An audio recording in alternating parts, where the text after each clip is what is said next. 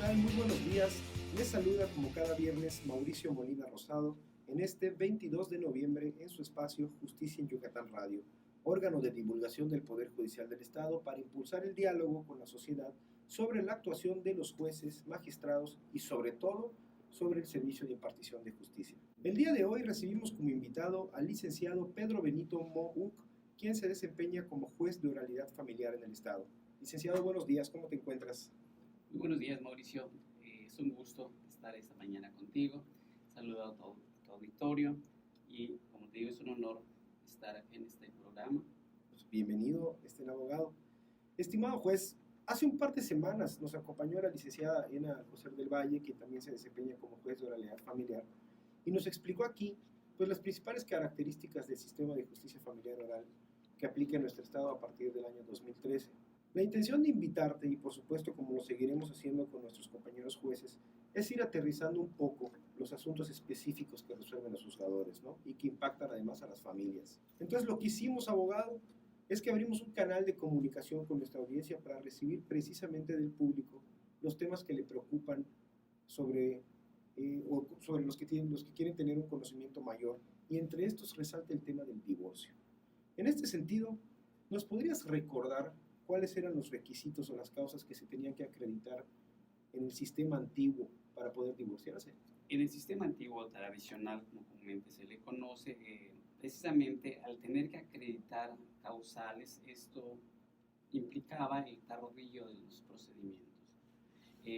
Por ejemplo, una de las causales que se podían invocar tenía que acreditarse es a partir de cuando el abandono del lugar conyugal, por ejemplo, entre otros, por ejemplo, que la embriaguez, el adulterio, por ejemplo, ¿no? O sea, pues, ser embriago era una causa de divorcio. Entonces, son extremos que comúnmente tendían a acreditar cada cuestión que se planteaba en el procedimiento, y eso lo hacía muy tedioso, ¿no? Entonces, a diferencia de que actualmente se eliminaron todas esas circunstancias que en un momento podrían retardar ese procedimiento. Una de las innovaciones, precisamente como usted menciona, abogado, es que trae este código de familia que ahora aplica en Yucatán, es el famoso tema del divorcio encausado que ahora nos dices, ¿no? ¿Qué es esto exactamente? Bien, el divorcio encausado lo establece claramente el artículo 191 del Código de Familia, que establece que el divorcio sin causales es el solicitado al juez por uno solo de los cónyuges manifestando su voluntad de no querer continuar con el matrimonio sin que se requiera señalar la causa por la cual se solicita. Es decir, que basta con que una de las partes lo pidan, que es la diferencia más grande que existe con el anterior sistema. Es decir, que ya pues, cuando una persona no quiere, todo no se puede, ¿no? Como dice ese famoso refrán. Es una de las formas de terminación del matrimonio. Entiendo que una vez que el juez ha resuelto sobre la disolución del vínculo entre dos personas, se procede al estudio de lo que tiene que ver pues, con los hijos, el patrimonio, y se dictan unas medidas provisionales. ¿Qué son exactamente estas? Bien, esas medidas provisionales, pues, como su propio nombre lo da a entender, ¿no? Lo que va a imperar entre lo que llega el tiempo en resolver de manera definitiva las demás cuestiones inherentes a esa disolución del vínculo matrimonial, ¿sí? Estas medidas provisionales, pues, principalmente son determinar quién va a hacerse cargo de la guarda y custodia de los menores de edad, la pensión que se debe otorgar en ese periodo, el monto de esa pensión, la garantía de dicha pensión, de igual modo los días y horas de visita que son importantes para el padre no custodio. Todo es provisional, ¿no? Atendiendo a las circunstancias. La ley dice que lo debemos, en el primer auto debemos establecerlas. Si existen elementos suficientes, lo hacemos desde el primer auto. Y en caso dado que alguna de las medidas no se puedan dictar en ese primer auto, pues tratamos de recabar algún informe, o incluso al dar la vista de la propuesta, la contraparte, nos llegan a más elementos. Entonces en ese momento debemos ya, a más tardar en ese momento, fijar las que quedaron pendientes. Es decir, que no son medidas definitivas, ¿no? Exactamente. Y mientras tanto, en las audiencias se resuelve ya definitivamente sobre la guardia y custodia, los alimentos, el régimen de convivencia y qué le corresponde a cada padre, ¿no? Exactamente. Al solicitarse esa disolución del vínculo matrimonial, es precisamente el facilitar ese trámite que muchas veces, lejos de pensarlo demasiado, la gente no sabe que es tan sencillo así como decir, hoy he decidido no continuar con el matrimonio, porque comúnmente cuando a ese pensamiento se llega es porque ya llevamos varios meses o años de que la situación es irregular. En consecuencia, la disolución de ese vínculo matrimonial se hace en la primera audiencia y la propia ley establece que es irrecurrible. Consecuentemente, lo que va a imperar en consecuencia son las obligaciones que subsisten, ¿no? Como ya los mencionamos, que son los que tratamos en las medidas provisionales, que son la guardia y la custodia, el monto de la pensión y los días y horas de visita. Pasando a otro tema, abogado, y creo que voy a quemar a mis amigos, platicando con muchos de ellos y que han estado escuchando el programa, me dicen, oye, ¿por qué no le preguntas al juez esta duda que es muy recurrente cuando uno pasa por un proceso de divorcio? ¿Cómo se calcula este porcentaje que deben de pagar por el concepto de pensión? Es decir, el padre o la madre que le toca pagarla, ¿cómo se le calcula el monto y qué criterios se toman en cuenta? Bien, tomando en consideración que en el divorcio sin causales, como un requisito, un presupuesto importante de procedencia de dicha acción, es precisamente la presentación de la propuesta de convenio. Sin esa propuesta, pues no podemos avanzar al fijar la audiencia preliminar, que es donde precisamente se disuelve el vínculo matrimonial. En consecuencia, entre esas propuestas mencionan el monto que proponen a otorgar respecto a eso, dependiendo de cuántos hijos sean, la edad que ellos tienen, pues precisamente de ahí se calcula según la necesidad, ¿no?, que tiene el menor y la posibilidad del que deba darlos, ¿no? Es un principio que establece el propio Código de Familia. En consecuencia de esa propuesta, deben acreditar desde el primer escrito que eso que están proponiendo está vinculado con alguna prueba, como que es, por ejemplo, una nómina de pago, ¿no? O que se desempeña en algún oficio, cuánto es lo que gana, y dependiendo de ese monto nosotros tomamos un criterio de lo que él propone y de la necesidad que se puede observar, ¿no? Dependiendo de la edad y el modo de vida que comúnmente, pues de manera general nos invocan a los hechos que nos manifiestan. Y realmente ese monto, si de la propuesta no existe, por ejemplo, una prueba que sustente la misma, el propio código nos establece, la ley nos impone a los jueces familiares a llegarnos de los medios necesarios, a girar el oficio correspondiente en el centro de trabajo para en un momento dado que nos informen si realmente es el monto que él propone es adecuado o va de acuerdo a lo que él realmente gana, o en su caso girar los oficios correspondientes al Instituto Mexicano de Seguro Social, a veces está escrito por parte de otra empresa incluso, y de ese modo pues calcular según las necesidades del propio miembro y las posibilidades de él. Si tiene la posibilidad de dar un mayor monto de pensión, pues dependerá que se acrediten autos y pues se beneficiará en este caso al menor de edad, porque de eso se trata, ¿no? Precisamente al disolver el vínculo matrimonial, lo que debe imperar siempre es el interés superior de los menores.